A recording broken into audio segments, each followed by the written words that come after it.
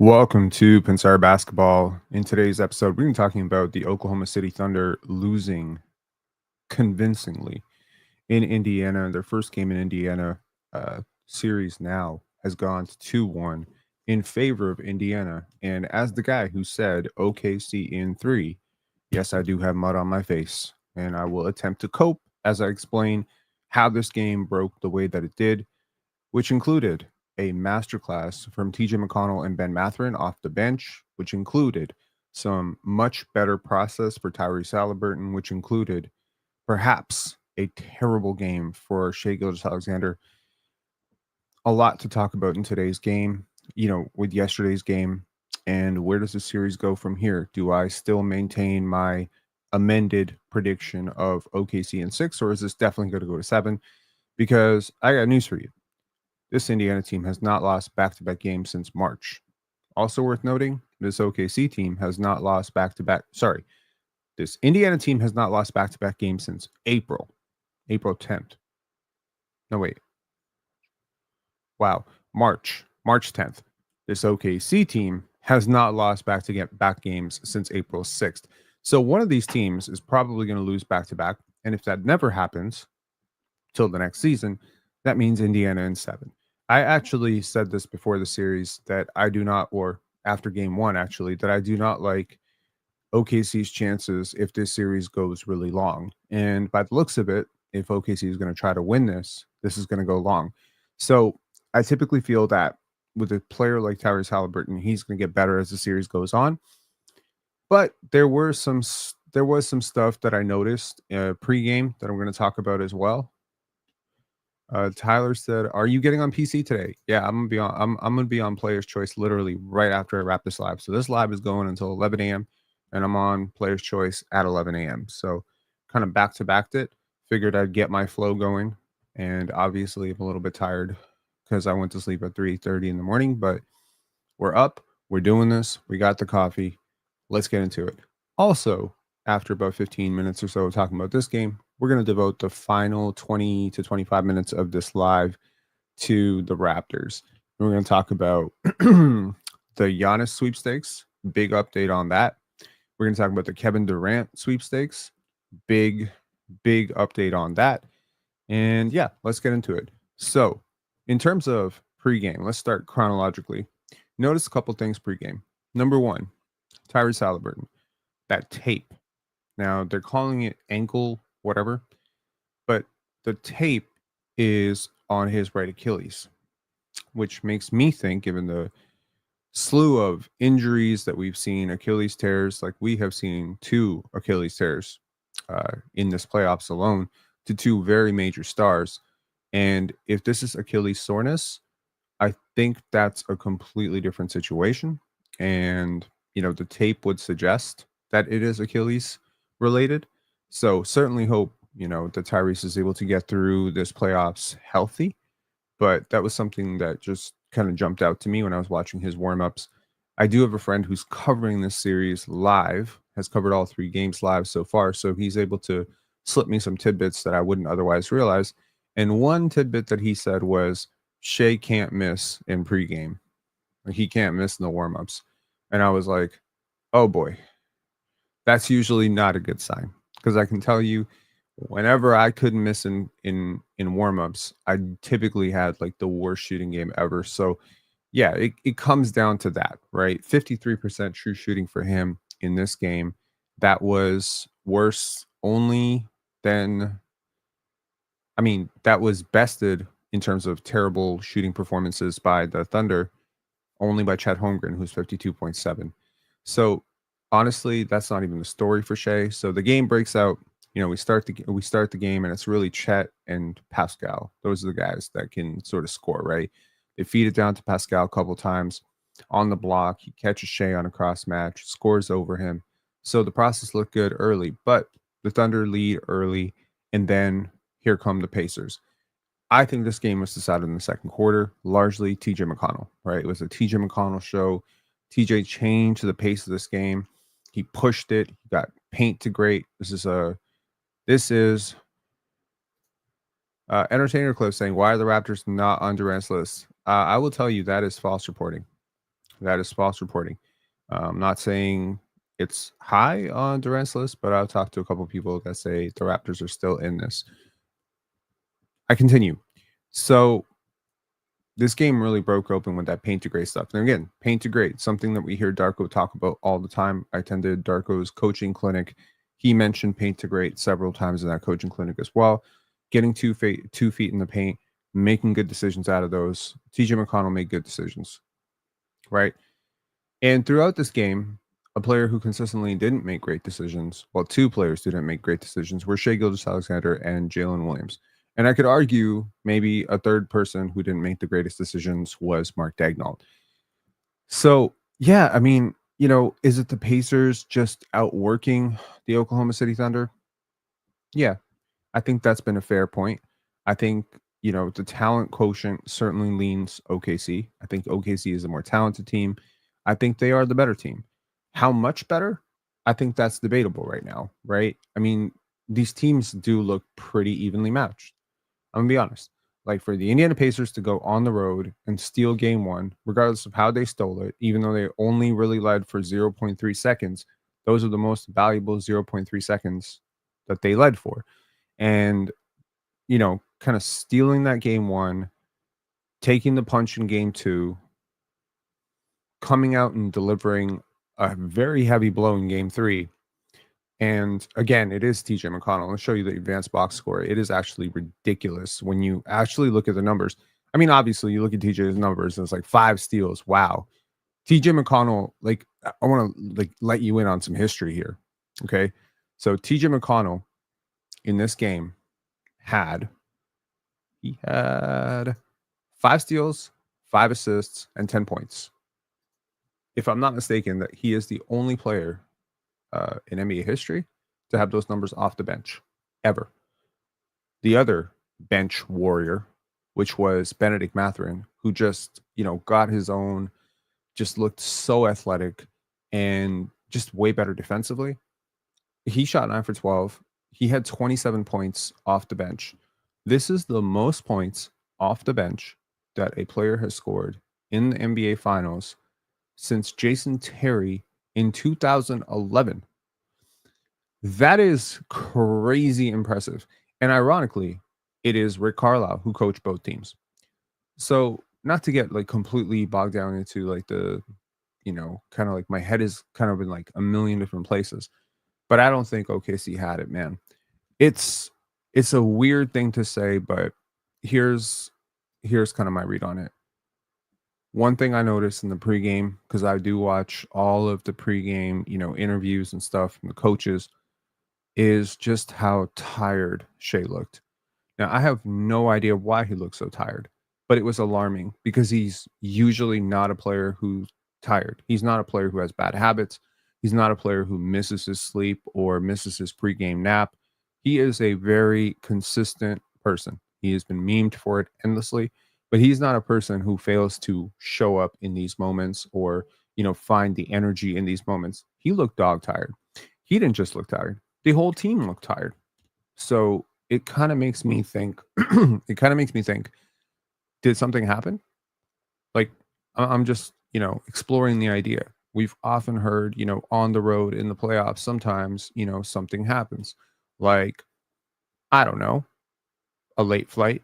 Well, that's not possible because they got into Indiana a couple of, a day before. Could it be, someone rang an alarm at 4 a.m. and kept the team up for like an hour or something like that? Could it be that? I have no idea. What I can tell you is I have never seen this team look this gassed in my life.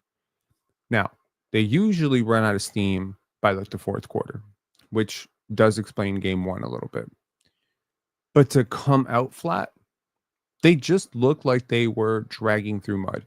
TJ McConnell was attacking them and moving at a completely different speed. I think he stole 3 inbound passes, including that one late against Alex Caruso. Obi Toppin getting into the paint on the offensive rebound. That's a hustle play. Not one Thunder player even remotely looked to box him out. The pickup point was exhausting, right? Like they were picking up Shai a lot. They were forcing him to get rid of the ball. And as he splits, when he tries to make a read out of the split, they're reading the passing lane. which includes, that Tyrese Haliburton. He just projected that pass so clearly. Haliburton steals it, goes down the other end. Those are momentum killers. They really are, right? To look at the advanced box score is nuts. Okay. Off the bench, they got two, not one, two 19 box plus minus games from Benedict Mathurin and TJ McConnell. That is nuts. I can't remember the last time I've seen two players who played a combined 37 minutes have that type of impact off the bench. I mean, all the talk in game 2 was, oh my God, Alex Caruso and Aaron Wiggins. Whatever Alex Caruso and Aaron Wiggins did in game 2, this trumps it by 10. This is crazy production. And again, much better game from Tyrese Haliburton. Just insane touch, getting into the middle of the floor, that floater, getting his jumper off. He hit a bunch of threes in this game. I think he hit four threes in this game, 4 for 8. A lot of talk, prior to the game, after game 2, is he assertive enough? Is he not assertive enough? We've all seen the record when he scores 20 points. He had a damn near triple-double. He was just better. He was the best player on the court, on the starters, like on either side. Chet Holmgren, I think they went away from him a little bit, but I think, Mathurin was kind of dog food in the first quarter. Chet was getting it going. I think he had 13 points in the first quarter. Like, he was nuts, or the first half. Like, he was just really going crazy. Into the half, I believe Indiana took a slight lead into the half. No. Where are we going? Hold on. It was, Indiana did take a slight lead into the half. It was just kind of late. But, it felt like around halftime, I called it for Indiana, believe it or not. On X, if you follow me on X, I said this feels like an Indiana win. And again, it just came down to the pace. I think, Indiana's transition offense was getting going. Felt like they just had more juice. OKC looked really tired. So it brings me to, the larger point of the series, right? Now, a lot can be said about why this game broke the way that it did. Was it just shot making? No, actually, it wasn't shot making, because OKC shot better from 3 than Indiana. It wasn't just that. Indiana out OKC'd OKC in this game. They pested them. They harassed them. They were in the passing lanes. They won the turnover differential, which never happens to OKC. OKC has been winning the turnover margin at a historic rate. And for them to basically have a team shapeshift into themselves, that was crazy. Now, again, overreactions. I don't think OKC played well. I think a lot of those turnovers were unforced errors. Inbounds plays should be safe. You should be able to inbound the basketball. The fact that you are not able to inbound the basketball paints a picture of a team that is very tired and not focused, was not locked in for this game. Now, I do wonder why. Why were you not locked in? I look at every 7-game series as a war, right?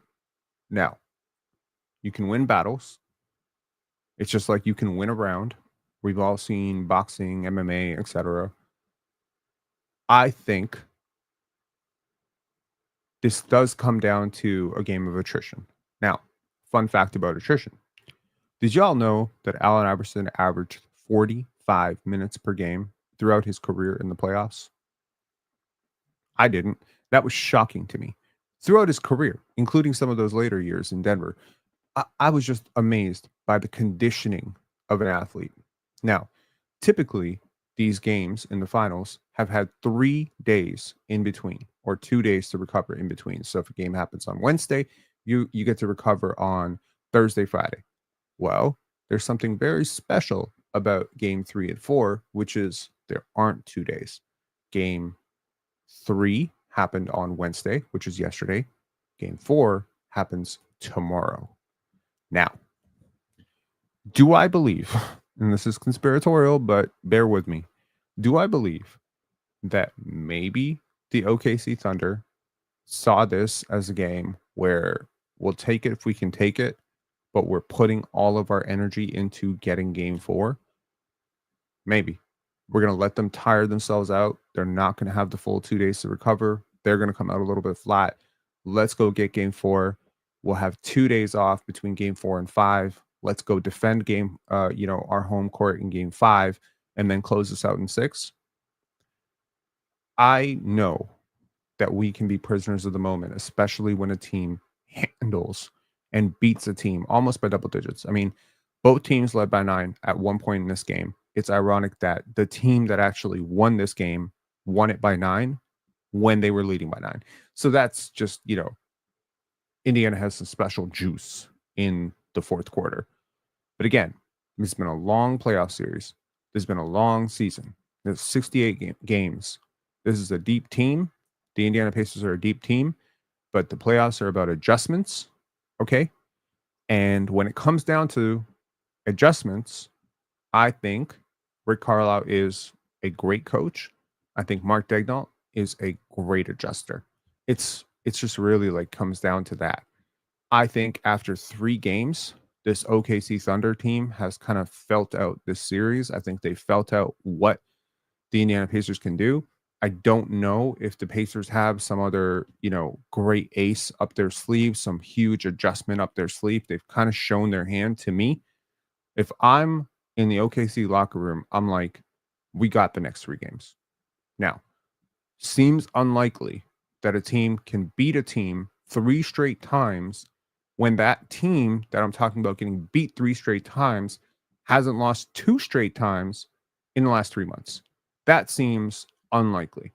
The more likely thing to happen is OKC wins game 4, Indiana somehow wins game 5, OKC wins game 6, Indiana wins game 7, or I don't know, Indiana wins game 4 on some heroic fourth quarter comeback, OKC wins game 5, Indiana wins game 6. There are several ways that this can go. Why am I so sure, or at least partially sure, that this is going to go OKC in 6 right now? Well, 1, I have been under on Indiana literally the entire playoffs. I need to adjust. I need to respect the shit out of this team's defense because I thought they had 3 weak defenders. Haliburton, Ben Mathurin, and Obi Toppin. All 3 really participated on the defensive end last night. I thought OKC with Shai, given how they exploit holes, would be so good against this team. And yesterday, their offense just broke apart. So something is happening here. There's another player that has been amazing defensively throughout the playoffs that I don't actually rate as a very good defender, and that's Pascal Siakam. What the hell is happening where is the analytics model broken? What is going on in these playoffs?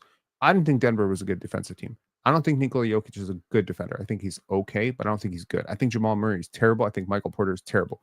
How is it that these players are surviving defensively, whereas in years past, they were complete pylons? I think it's the rules. I think the rules, the refs that are allowing all of this sudden physicality, it's kind of allowing bad defenders to be okay defenders. I don't know what the hell is going on with the NBA right now, but I'm seeing Ben Mathurin point of attack defense for the first time in my life. I mean, he wasn't a great defender at Arizona, right? Y'all watch Arizona. He wasn't great at Arizona. He's been great at no point in his NBA career. I've always viewed him as a defensive liability. He is athletic, however. And in a one-on-one situation, he can move his feet. So are we just getting back to effort wins out? The defense is suddenly all about effort as opposed to actual physical gifts. Ben doesn't have a huge wingspan. He's not necessarily the smartest defender. He's just pressing up on his guy and participating in the scheme. And the scheme is working to a T. Tyrese Haliburton, defense, what the hell is going on? This guy is a pylon on most nights. But he's dialing up defensively.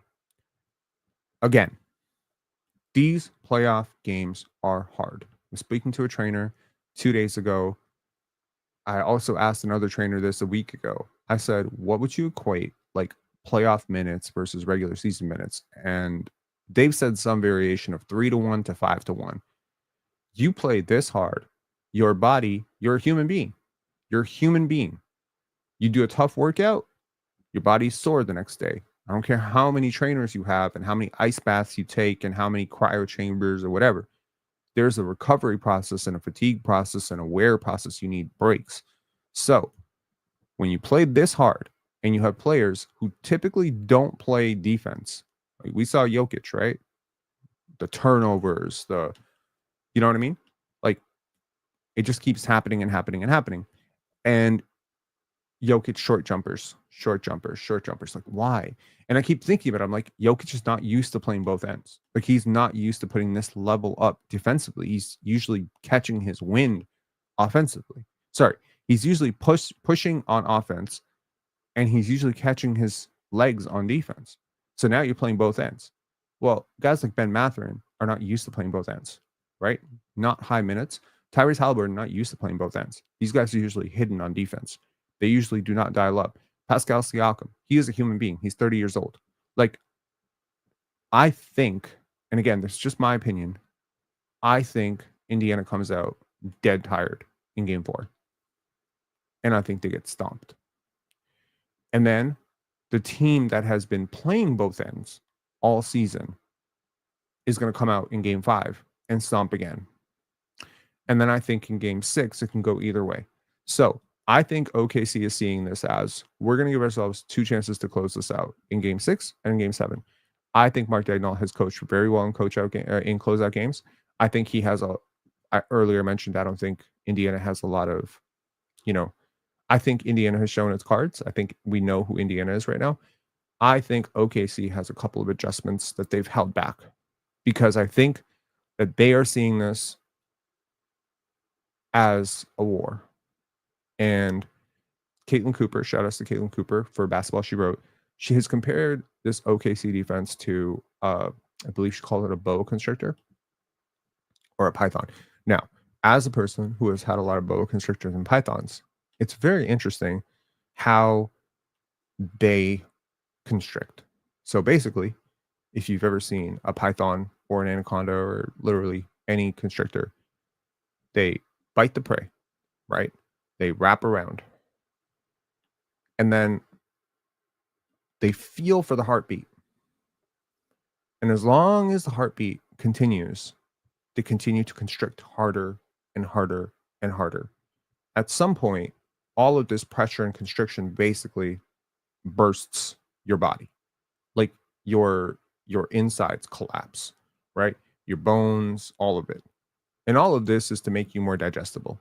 So all of this pressure that they're putting, their offense is forcing, these non-defenders on Indiana to guard.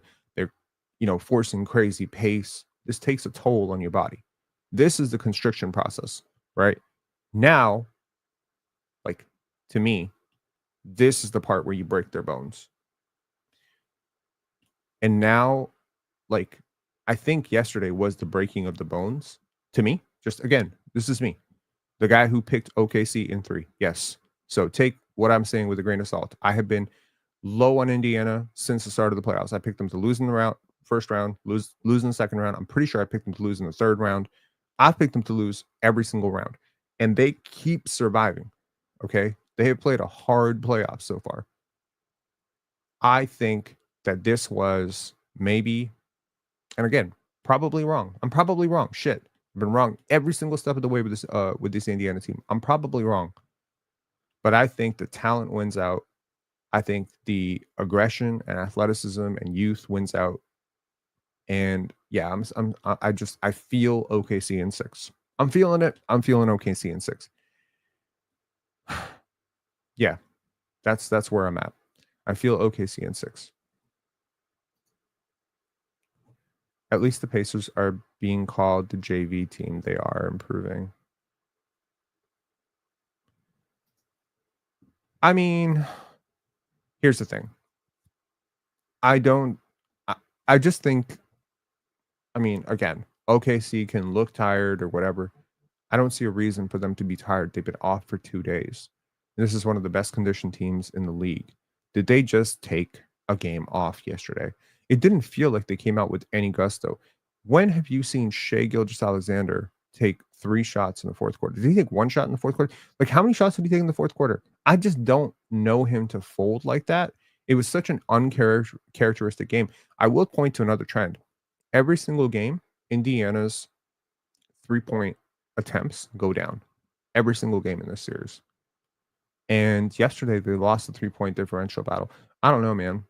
They lose this game by 9, which is to say OKC loses this game by 9. They lost the fourth quarter by 14. So they were up going into the fourth. They were favored to win this game. Taking games off in the finals, come on now. So you got to think about this from the perspective of the schedule. The next game is Friday. It was highly unlikely you were going to come out and beat Indiana in 2 games. I think, again, some people like myself thought the gap was so large that OKC was just going to sweep. But most smart, rational people thought OKC wins game 1-2. Indiana comes home feeling good in their own beds. They win game 3. Role players, young guys play well. We saw it. Teacher McConnell, Ben Mathurin, role player, young guy, play well at home.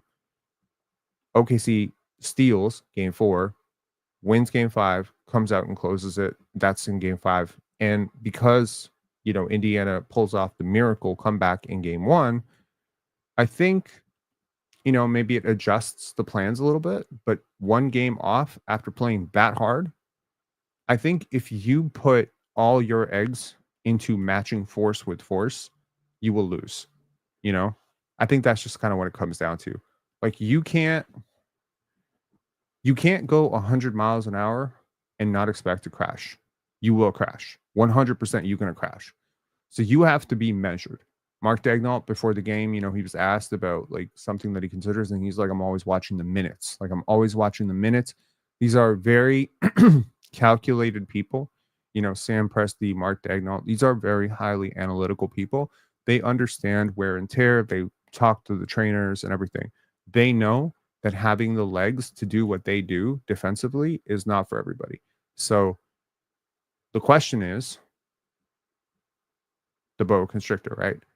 The boa constrictor does not begin to swallow you before it has almost pre-digested you, right? If you think about even like how king cobras and like, you know what I mean? Like every animal, every snake has something that it does before it starts swallowing you to make you more digestible. It's almost pre-digestion. So I would view, forcing you to have 3 very hard fought games as the pre-digestion, because again, if you're going to blitz, it helps if the other team is a little bit tired. So I've always thought the further this game, the series goes, it favors Indiana because Tyrese is so smart and because they're more experienced team and they're older team. But maybe in a lot of ways, I'm not factoring in the further this series goes, doesn't like this super athletic, great defensive team that exerts effort defensively and can pretty much shut you out in a quarter, doesn't that team benefit too? I mean, I hope that y'all can watch game 2 and game 3 and realize effort level was not the same for OKC. So again, back to the wall, better team. It's hard to beat the better team with their back to the wall. It's very hard. With the best player, the better team, the better defense, yeah, there's a reason that OKC, by the way, up 2-1, OKC is still significantly favored to win this series, but they're favored to win it in 6. And I do think, that's crazy to some people. They're going to win 3 games straight. Yeah, they're fully capable of winning 3 games straight. They've been here before, right? They lost game 3 in that Denver series as well. Okay, before we run out of time, because we only have 18 minutes left, and I previously thought I was going to devote more time, we're going to talk about the Raptors. Giannis issues a statement. Giannis issued a statement basically saying that, he's staying in Milwaukee. And, I think Brian Windhorst said we need to discard the statement, but I'm not discarding the statement. I actually do think that he is staying. It would be very, very hard. Again, you gotta take people where they are, right? And with Giannis Antetokounmpo, right, you really got to take him where he is, because this is a very, very proud person. Okay. And this is a guy who, quite frankly, I think he is a very loyal person, right? Let's listen to that statement. You for the rest of our lifetime, and for the The Milwaukee Bucks organization, they've been there with me since the beginning. They changed my life. They changed my family life. My kids were born in Milwaukee, Wisconsin. That's what the passport says. My mom is here enjoying her life. My dad spent a couple of years here before he passed away. My brothers went to school here in a private school that, before I came here, I wasn't able to afford in my lifetime. My kids are going to a private school. They've changed my life tremendously. I'm extremely happy. I know the in and outs of the city. The city shows me a lot of love. And also, whenever I go out there and have time with my family, they also give me space, which is crazy to me. When they see me on the street, they give me space.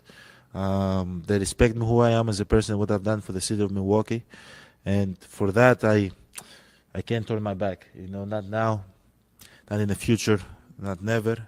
And I want to be committed. I want to give back to the city of Milwaukee. Now, he did say not never, which is a double negative. He's a smart guy, but I think he meant never. Like, I don't think he meant not never.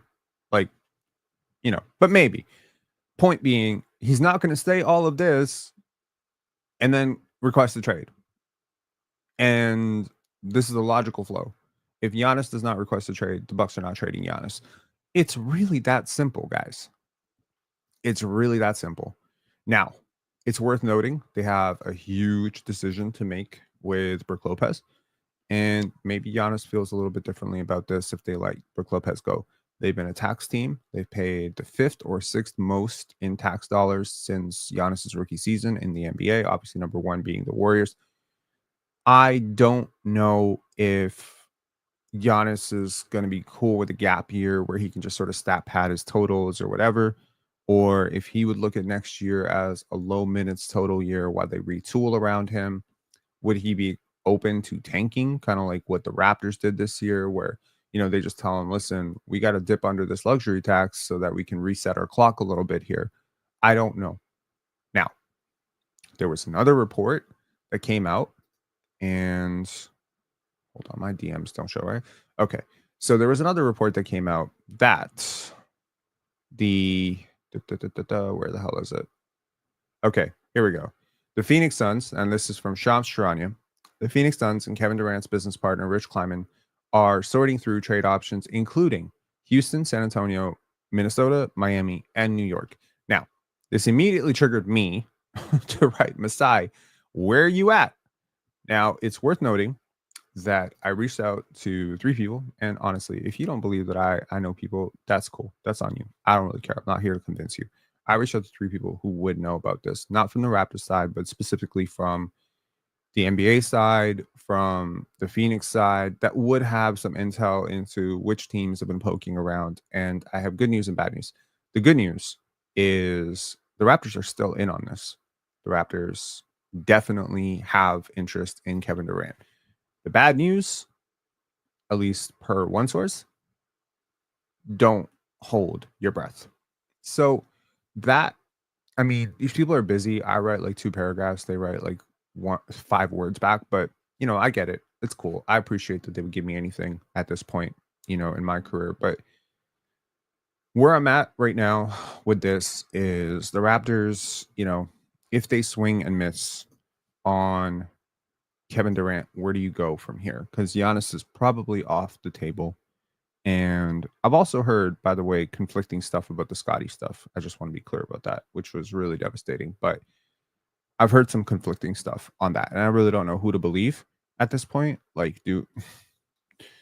So it's weird. But I'm going to choose to believe the people that have never steered me wrong on this and choose to believe that Scotty is 100% locked in, that Scotty is 100%, not being, entertained in any offer for anybody, and that Scotty Barnes will be the franchise player for the Raptors for the next 5 years. So that I'm choosing to believe. Here's the thing. The first year of his extension kicks in this year. I think the Raptors want to be good, but there's a problem, specifically with 3 players. RJ Barrett, Ochai Agbaji, and Jakob are short-term contracts at this point, right? So you got to look at this from the perspective of the new CBA, what is the market value of these players? What do they think they're worth? What do the Raptors think they're worth? Do they fit the timeline? Do they fit the style? Now, again, I've been, extending out a lot of debates about Pascal Siakam versus Brandon Ingram, and subsequently Pascal Siakam versus Scotty Barnes. And I really do think that a stretch big pretty much unlocks all three players. When you are a wing who can get into the middle of the floor, which is to say, dominate from the paint, dominate from the nail, and you're a good paint finisher, which is true for all three players, by the way, Ingram, Scotty, and Pascal. Again, varying degrees of success, varying degrees of bag work, but ultimately all three players are about 6'8" to 6'9" and operate from similar areas on the floor. The cheat code here is a stretch big. Jakob Poeltl is not a stretch big. Jakob Poeltl is also not a spring chicken, but he is a very serviceable player. And if I am Jakob Poeltl's representation, he has a player option for $19.5 million. And I, when they first signed him, I thought that's overpaying for Jakob Poeltl. But it now looks like Jakob Poeltl might want a raise on that $13.5 million. He hasn't been paid a lot of money in his career. He could be looking to sort of back pay, if you will, some of those earlier contracts that he signed with the Spurs and the Raptors. So again, this is not a guy who's made hundreds of millions of dollars in his career. This is a guy who just signed his first large deal with the Raptors, which was 4 years, $80 million. And now, with the final year being a player option, the Masai special, he could look to opt out, leaving the Raptors sort of stranded in a similar situation with Fred VanVleet and Pascal Siakam, where they are approaching free agency with a player who might be too expensive to keep. Now, again, cap going up. What is the market value for Jakob Poeltl? Now, personally, I would love to keep him at $20 million. I think he's almost worth it at this point. But if I'm Yak's agent, I'm not talking about what Zubats is making. I'm talking about what Nick Claxton and Jared Allen are making. And if those are the comparables, if those are the market comparables, he can very realistically, with Toronto's tax situation, he could justify an ask of $30 million a year. I think the Raptors sort of screwed themselves over a little bit with that Emmanuel Quickley signing, because $32 million a year is going to set the benchmark for both Jakob and RJ, who could possibly say to themselves, we're just as good as Emmanuel Quickley, so we deserve just as much as Emmanuel Quickley. That is typically how contracts work, right? Agents will always negotiate with comparables. And of course, the Raptors can always push back and say, listen, we're going to be an apron team if we, extend your client to this. But RJ's agent doesn't care what Jakob gets, and Jakob's agent doesn't care what RJ gets. They just care what their clients get. So you're not negotiating as a lump sum. You're not negotiating as a trio. And now you would additionally include the Ochai Abaji quotient of this. Do you sign up long-term for this with Grady's extension potentially looming? I mean, I know we are 3 years away from Jacoby's extension. We're 2 years away from any Jamal Shed extensions. But are you willing to lock yourself into RJ Barrett and Jakob Poeltl to the tune of $60 million? Because that's what it could take. It could take $75 million to secure these three players long-term. $75 million. That's a lot of money for three players, one of whom is a 30-year-old center who doesn't shoot threes, one of whom is a 25, soon to be 25-year-old, guard who has a very checkered history of defensive, let's say, terribleness. And the other is a player who's literally had one decent year in his career, which is Ochai Abaji. In an ideal world, I would love to sign Ochai to a $6 million deal. That's probably not going to happen. He's an ex-lottery pick, shot 43% from three last year. But in terms of actual value, that's actually what I think he's worth. If you sign him to more than that, you're betting on him getting better, which is like, cool. Then you look at Jakob. I would love to have Jakob back at 20. He's probably going to ask for 30. You're probably going to settle for like 27, which is going to be like the Isaiah Hartenstein deal. I'm assuming 27 to 28 is where it settles. Now you're getting awfully expensive, because you're already awfully expensive with Jakob Poeltl making $19.5 million. How much more expensive do you get with Jakob Poeltl making $27 million? Then you add in the RJ part. Now, I personally think RJ is worth like 25. And some of y'all agreed, because I ran a poll a few days ago. Hang on. I'll show you the results of that poll. Where the hell are we? Where are we at? Give me a sec, guys. I should have pulled this up before. So I ran a poll in terms of how much you guys wanted RJ back, and to the people that wanted RJ back, like what was a dollar amount that you would be comfortable with. Now I'm starting to think I did not run this poll on. Oh, there we go. I did. There we go. So this is the winning answer was 3 years, 75 million. 27.1% of you want him back at 25 million a year. 29% of you, almost 400 votes, want him back at 3 years, 65 million. 28% of you are willing to go as high as 30 million. And 5.7% of you are willing to go higher than that even. You're willing to go into Emmanuel Quickly plus money. So this is where you're at with RJ Barrett. You're not getting him back at 22 million, 21 million, 20 million, which is probably, in fair value, he's probably worth 18 to 22.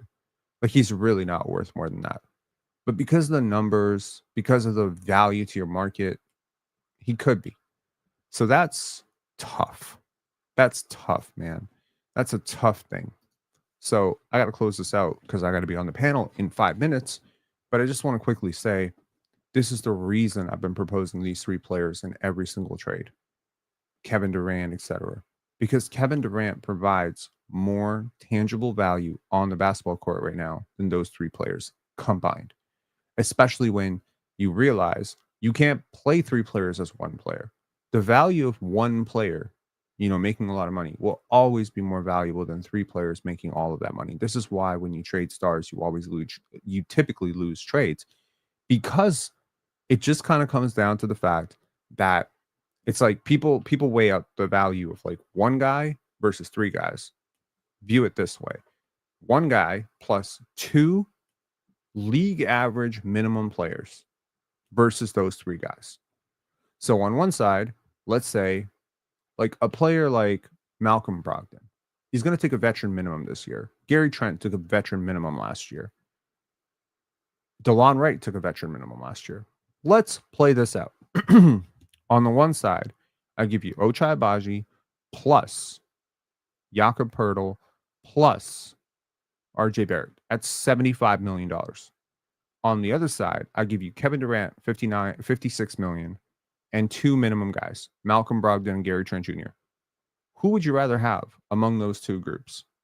The veteran minimum guy is super underrated. I mean, Landry Shamet was borderline veteran minimum last year. What's the gap between Landry Shamet and Ochai Agbaji? Ochai Agbaji is the worst idea to me. And I'm not disrespecting Ochai. I think he's really good. But middling talents who are borderline replacement value players that don't project to become great players, this is the worst idea. So for me personally, I'm trading those 3 players for 1 player plus assets 20 times out of 20. I don't know who that player is going to be, though. Is it going to be Lauri Markkanen? I don't know. Also worth noting, the Ringer Draft Guide has changed its order. Carter Bryant is at 6 for the Ringer Draft Guide right now. I'm hearing some very, very high praise for Carter Bryant from like a lot of people. Like there's 2 players that I think I've heard from people that I know in the scouting world. They say, look out for Asa Newell and Carter Bryant. These are 2 guys that people are way higher on than the mocks. And now the Ringer Draft Guide has Carter going at 6. Now, some of you will be happy because that means that they have Kaman Malawach at 9. But Sam Vecini ranked Carter as the 9th player on his draft board. Sports Illustrated ranked Carter as the 9th player on their board. So it's looking increasingly likely, at least, that Carter will be in the range where the Raptors pick. And, Jeremiah Fears is killing it in workouts. I think some teams are getting really excited about him. I think VJ Edgecombe is pretty much a lock to go top 5 at this point because of how he measured. So, yeah, it's probably going to come down to Kaman, Kaspars, someone like that. But I really am still praying for Carter Bryant. If these playoffs have shown you anything, it is that positional versatility matters, 2-way impact matters, and I genuinely believe that Carter Bryant could play 10 to 12 minutes, 15 minutes a game in these playoffs right now and be a positive contributor. And in the future, even more so. I think Carter should be the pick for the Raptors, even more so than Kaman, even more so than Jeremiah Fears. Both players I'm very, very high on. So, anyways, I gotta go check. I gotta go be on the panel in 2 minutes. I'm gonna, towel off. But those are my thoughts. Let me know what you think. Do you want to extend RJ? Do you want to extend Jakob, etc.? Personally, I'm just, if I'm paying like $15 million for a center, I'd rather just plus for a center. I prefer one who shoots. That's just me. Yak's a really good player. The Raptors love him. He's still, he's not easy to replace. But I think, to some extent, you have to ask, what do you gain by replacing that, right? Like, what's the drop off to a league average kind of, floor center? Is it worth $25 million? I don't know. Yeah. Anyways, talk to y'all later. Have a great day. Bye-bye.